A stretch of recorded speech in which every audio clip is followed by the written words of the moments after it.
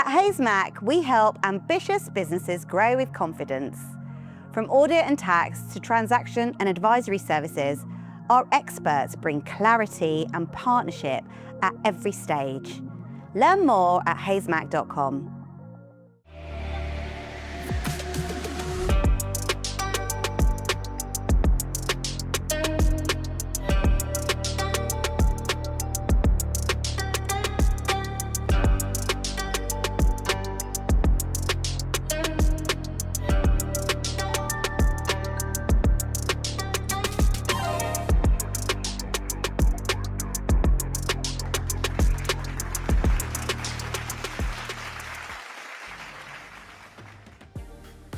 Tonight we're joined by one of Britain's most respected voices in arts and culture broadcasting, Brenda Emmanus. Awarded an OBE for services to broadcasting and diversity, Brenda has built a remarkable career spanning national television, radio, documentary and live events. A self-confessed people person, she has spent decades telling the stories that shape our cultural landscape, interviewing global icons such as Oprah Winfrey, Sir Elton John and Will Smith, whilst also championing emerging voices and overlooked talent. Her documentary work for the BBC, From Charles I, Treasures Reunited to Whoever Heard of a Black Artist, has reached audiences of over 200 million people worldwide. Alongside her broadcasting career, she serves as chair of the board of trustees for Sir Matthew Bourne's New Adventures, is a founding member of the Creative Industries Alliance and continues to mentor and advocate for greater diversity across the media sector. Brenda's longevity in broadcasting is rooted in warmth, intelligence and sincerity, but also resilience. In an industry that has transformed dramatically over the last 3 decades, she has navigated change, challenged barriers and remained a trusted voice at the heart of cultural conversations.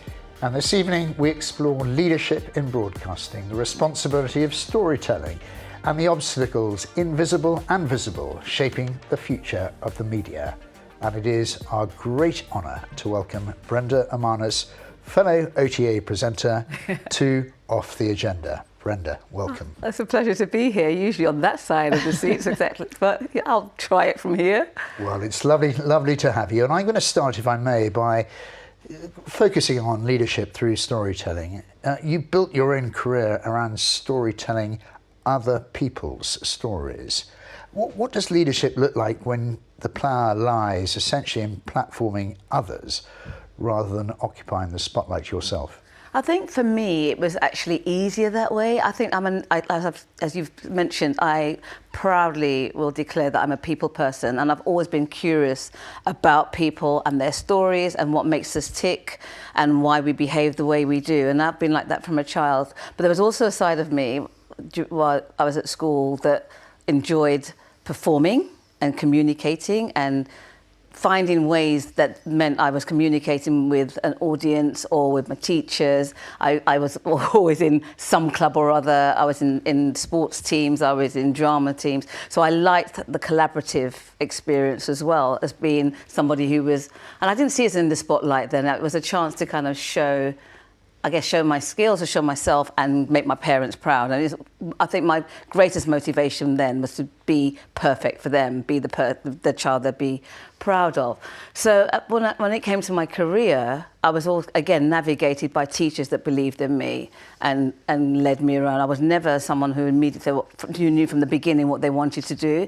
But on reflection, it was always about people's stories, about sharing our experiences. So I think it was rooted in that, really. And I remember I was at the BBC, I had a mentor, was an amazing woman who talked about leadership, and it always felt like an uncomfortable uniform for me. And I always saw myself as a champion of women, a champion of my community, a champion of the arts and artists, because that always felt much more comfortable for me. So I was a reluctant leader, and she literally bought me a book called The Reluctant Leader. And I think it's because I had a perception of what leadership was, and for me, leaders were particularly white men in suits. That's what every leader that I'd seen looked like. I didn't see many leaders that looked like me, apart from, say, Nelson Mandela or some political leaders at the time. And so even when I applied for the BBC, I did it it was a reluctant application. I didn't tell anybody I was going for the job because I didn't think I'd get in because I didn't fit in, and that was the whole thing. But so when I got there, I felt a huge weight of responsibility. And that kind of led me to lead myself, and which meant being professional, doing the homework, making sure that I showed up as I was meant to show up. And that was the first step in leadership, learning how to lead my own career, my own navigate who I am and find my voice. But for me, leadership is also about decisions, and I realised while I was there that I had some form of power, that I could change things, that I could change the agenda. You had to understand the agenda and share the values to get in, and I did that. And I think once I was relaxed in that moment and I knew the job, then it was, well, whose voices are being heard? Whose voices are not being heard? What stories are we telling? Why are we telling these stories? Who's making the decisions about the stories we're telling? And gradually I built the confidence to question and challenge what I was seeing on screen. Because I remember when I was just at home watching it, I was always excited when somebody looked like me when it was on the screen. And that made me realise that I could do the job that I did. When I saw the Moira Stewarts and the Trevor McDonalds and Floella Benjamins, I thought, oh, actually, although my teachers wanted me to be an actress, I could actually do this. And this feels more comfortable for me. This feels like storytelling. So I think it was then when I realised that I didn't have to go, oh, I'm a leader, but I could make change. I could lead by changing the agenda, curating what stories were told in my own subtle way. Even when I started as a researcher, even when we were choosing who came on who was seen in the audience for some of the programs. I first worked on a talk show in the mornings, and we had to bring audiences, and I thought, well, this audience does not reflect Britain in the way that I see Britain. So I managed to make sure that we were being a bit broader in terms of people, and just chipping away like that. I realised that is a form of leadership, as well as being able to lead and represent. In that way, I could lead by making change while I was inside. And it's much more important to make change when you're inside. Fantastic. And you talk about mentorship. I'm sure we're going to come back to that in due course. And you talk also about the sort of concept of development through the course of time. And that brings me on neatly to sort of longevity in a changing industry. You've been engaged in the sector for decades. Well, for a number of years. Yeah. But and over that time, broadcasting has shifted dramatically from perhaps what we might call appointment television to digital first on-demand culture. That's right. What's allowed you to remain relevant, purposeful and sort of trusted across those generations? I think that's one of the worst, is to try and find a way to remain relevant. And I think the strongest thing for me is when I felt the pressure to, if you feel the pressure to follow trends, then I think it becomes sticky. For me, it was all about, well, what do people want? If you're inviting me, if I'm on television, you're inviting me to your living room. You want somebody who's warm, you want someone who's authentic, and you want someone you can trust. So for me, that was more important, is to do that and to learn to pivot. I started in news and current affairs, then I went to youth programs. So all my experience, I was building a wealth of experience in that respect. But I had to learn to, when the environment changed, or when you're on contract and you need another contract, you have to learn to pivot. So I learned resilience. I learned professionalism was key. If you turn up and you can do your job, you'll get the respect and people want you back again. I also learned that it was important. It's nice to be important, but it genuinely is important to be nice. We're in a communications industry, and if you don't treat people with respect, if you don't try and be a team player, because you're a presenter doesn't mean it's all about you, and it was never really about me. I saw myself as a storyteller. I wasn't the ego. I'm not that kind of presenter, and I was never, was never pushed in that. I was a very collaborative person. So I got most excitement when I was out on the field with my cameraman and my producer, and we'd work together to make the best films possible. That for me was really, really important. So, and I also took time to reflect on my career and what I was learning, what I'd like to learn next, who I'd like to work with. So I learned to pivot. I learned resilience. I learned that it wasn't always going to be easy. I learned that being other was a totally different experience, and I learned to see, for me, that I've always valued different. So I saw it as a superpower. I saw it as my chance to prove that people like me can do well, people like me are professional, people like me can excel. And I felt the responsibility to bring people up behind me and also rely on the people that were there before me to kind of support me as well. And I was a strong believer in building networks, so I built a really strong network of people that I could rely on when the going got tough. So I think that's what helped me to pivot. And I've had to learn not to walk in fear. When I left the BBC and started a portfolio career, it was terrifying. And when you've been an institution for so long, that becomes your identity. So I was stripped of an identity. So who was I without having a major corporation behind me? So I had to think fast, and I had to be brave, and I had to learn to ask for help, and I had to learn to be vulnerable, and I had to learn to step in courage and try things that I would never try. Because as the world changes, you've got to change. Fantastic. I was listening intently and really focusing on the generational lens. So whilst we're here today and we've seen tremendous progress, you took me back to my youth. You mentioned some icons of my childhood. You mentioned Trevor, Moira. I don't know if you mentioned Floella, but she's up there. Yeah, she was actually a role model for me and a real supporter. So I'm born in the 70s, was actively looking for people that looked like me on our television screens, and there weren't many. They were 3 that I can think of, but then up popped you. So you are up there with one of those trailblazing pioneers of telly in the 80s. How was that? And, you know, there must have been barriers to access and some challenges for you in that environment. Always. I don't think anybody who has a career like this can say there wasn't the challenges, but I think it was the challenges that probably made me. I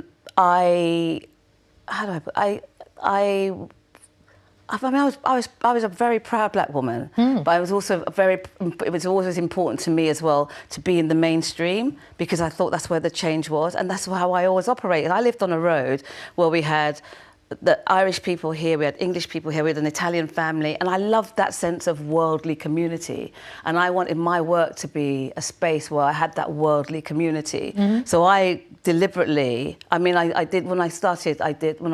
did my degree, I went and worked at the Voice newspaper, and it was home for me. I felt comfortable. I didn't have to navigate. No one was asking me questions. I didn't have to explain myself.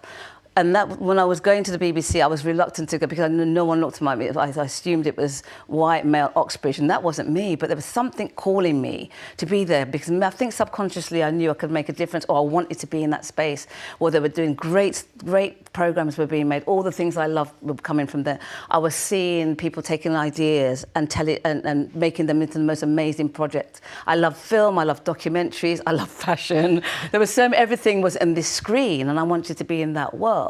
So I had to navigate, but I was also very conscious that I didn't want to be pigeonholed, that I knew that if I could operate in the mainstream, that I could probably operate everywhere, because I don't have to explain to my community who I am, but explain being in an environment where I am a minority and I can still function and I can still excel, and I can, like you, see people come behind me. And I had people all the time saying, we're so proud of you. And that was my fuel. Everywhere I would walk on suddenly after the close show, people in my community were saying, we're really proud of you. And it wasn't just that, it was women coming and saying it to me. It was brown women, black women, all sorts of people, you know, because I felt, I guess, that there was this, I had a baton. Someone had passed the baton, the Moiras, and that I had to pass the baton on. But while I was there, I had to be excellent and good, and I wanted to reflect and be part of everybody's family.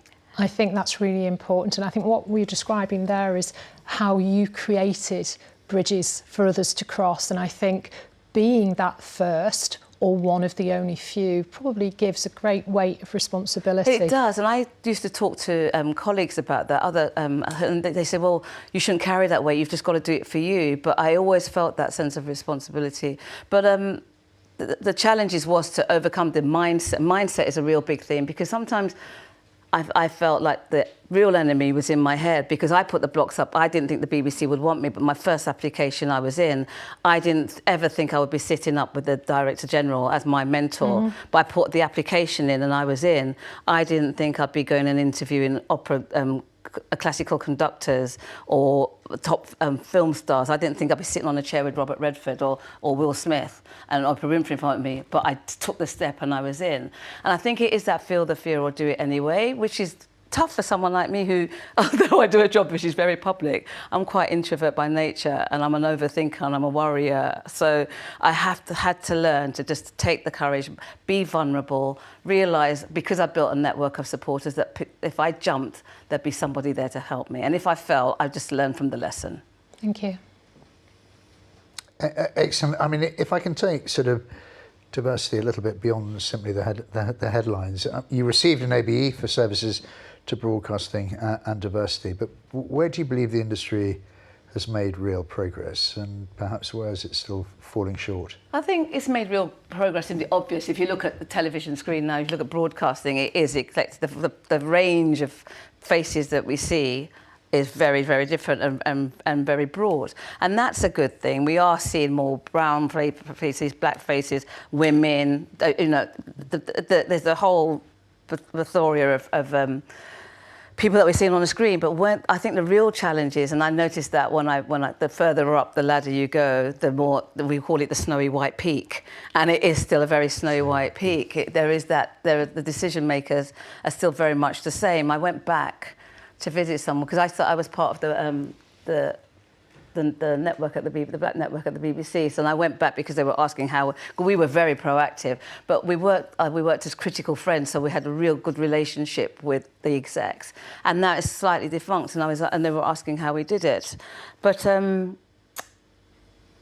I asked how many leaders there were of colour and women, and it's still in a quite a pitiful place. I think we have gone backwards, sadly, and I think, particularly in some broadcasts like we're at the BBC, I think that the whole desperation to get young audiences, young people don't watch television in the same way, you know, and so I think the focus was probably wrong. But unless you have people in the decision, like I was saying, while I was there as a correspondent, I could go to my editor and say that we've done loads on the Royal Philharmonic. Why don't we do something on John Holt performing with the Royal Philharmonic? Why don't we do something on this independent filmmaker?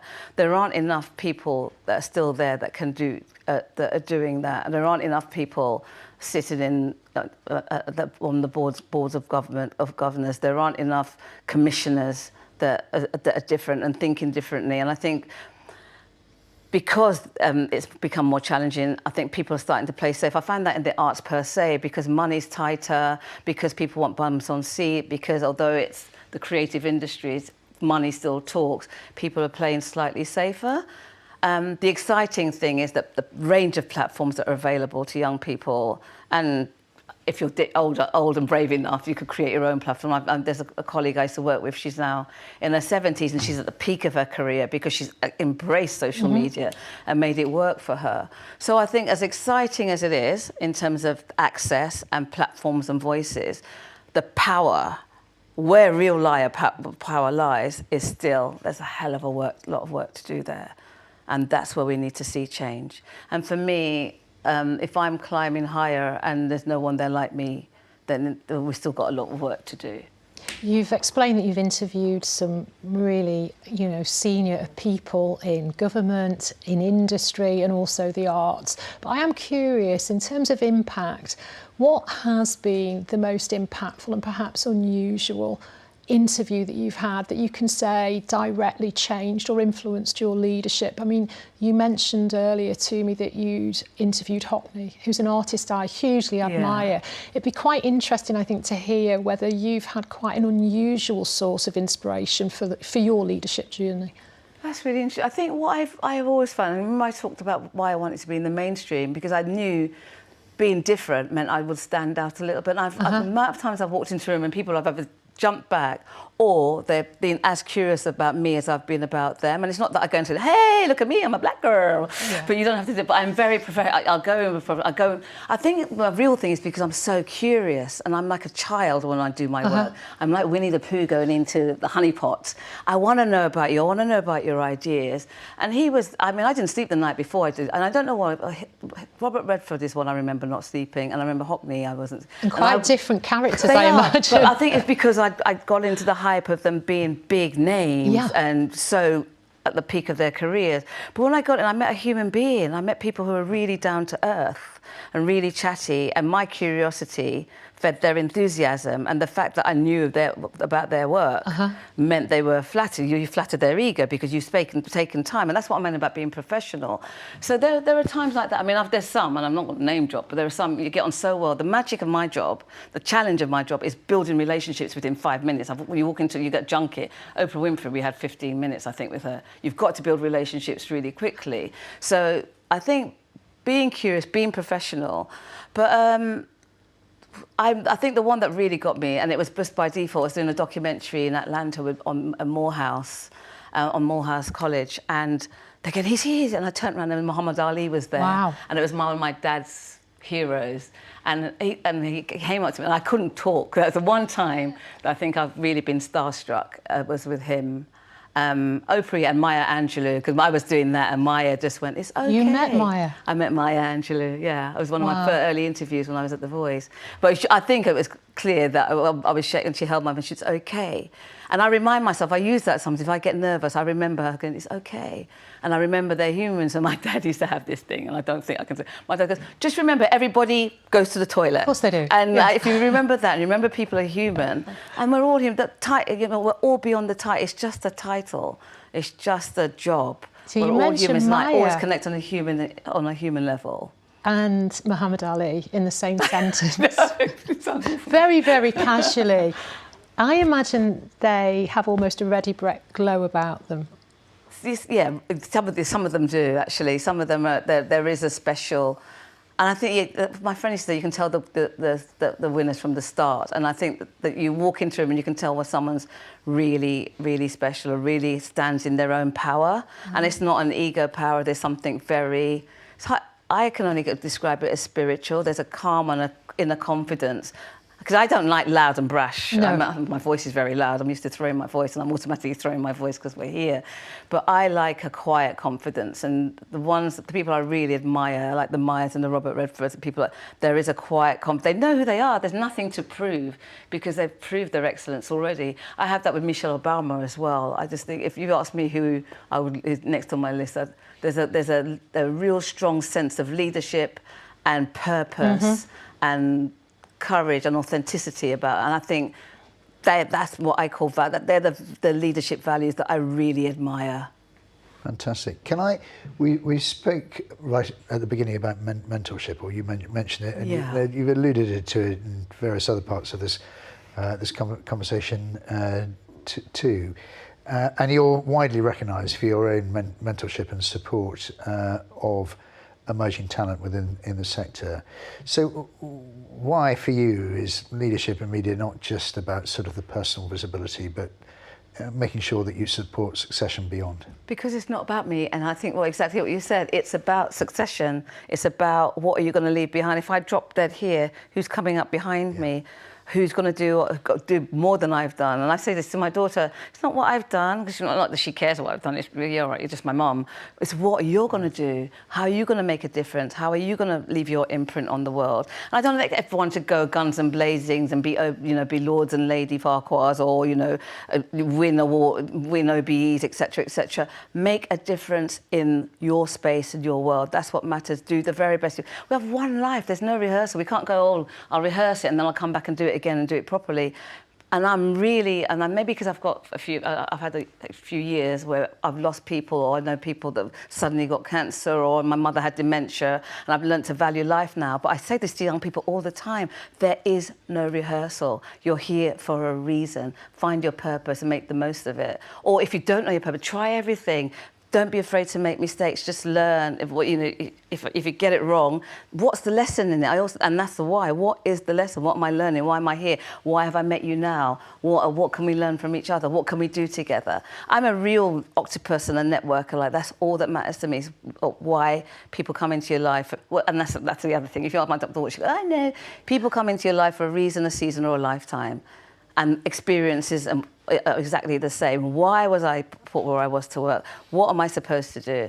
And I know the value of mentoring because I had really good mentors. So I will always do it. And my mentees are now doing much better than I am. One of them is a really successful author. One of them is a commissioning editor doing far well. I should go to her for a job, actually. They're doing really well, and that's what makes me proud, to being able to hand on my wealth of experience and see somebody excel, run with it. Like, take the baton at 100 metres and run 200 metres much faster than I did.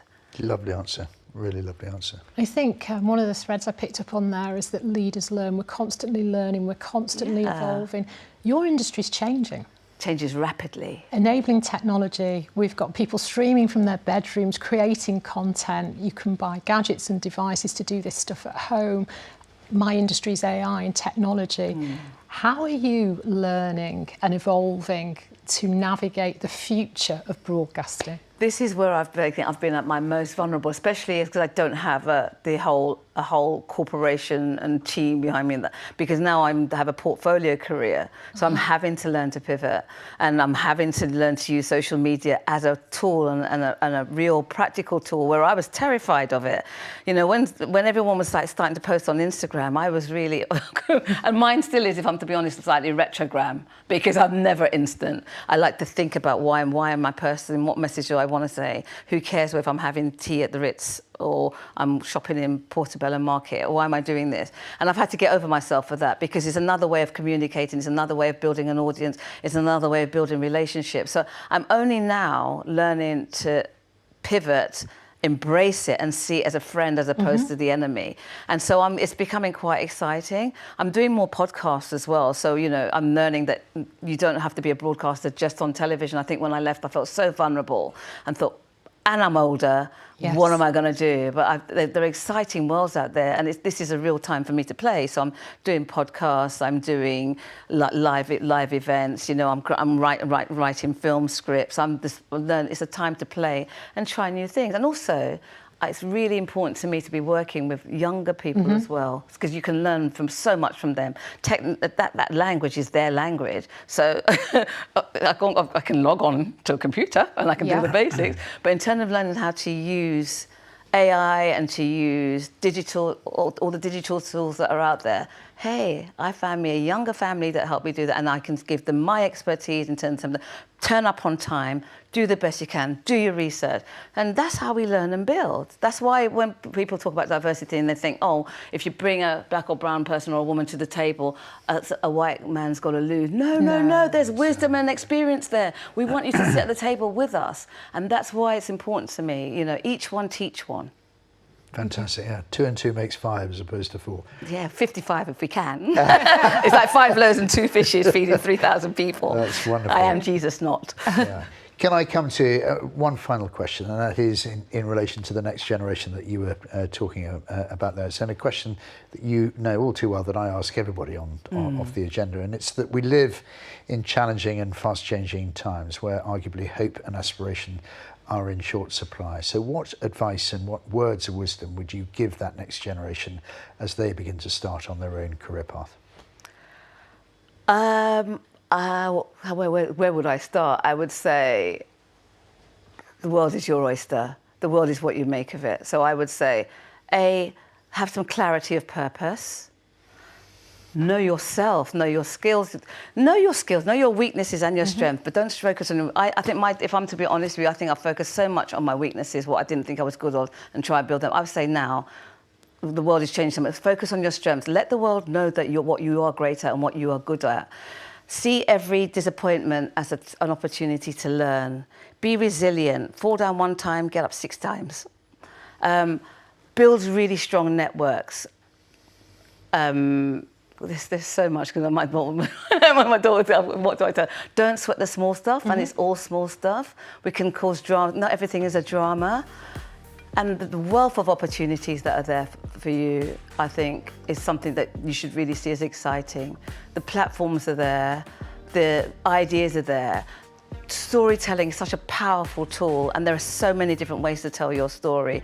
There are so many different stories to be told. Open your mind. Don't think that because you belong to one tribe or because you like hip hop that you can't listen to R&B or you can't listen to opera. I mean, I listen to everything. The only thing I find hard rock quite difficult, but I am always good. Be curious about the world. Be curious about experience, travel, and just see the world as a playground and play. That is wonderful. I've got lots of things there. World is your oyster, clarity of purpose, know your skills, treat disappointment as an opportunity, build networks, don't sweat the small stuff, open one's mind, be curious, and play. Brenda, it sounds like you've opened my journal. It's been wonderful. Thank you so much for joining us on Off the Agenda on the other side of the sofa today.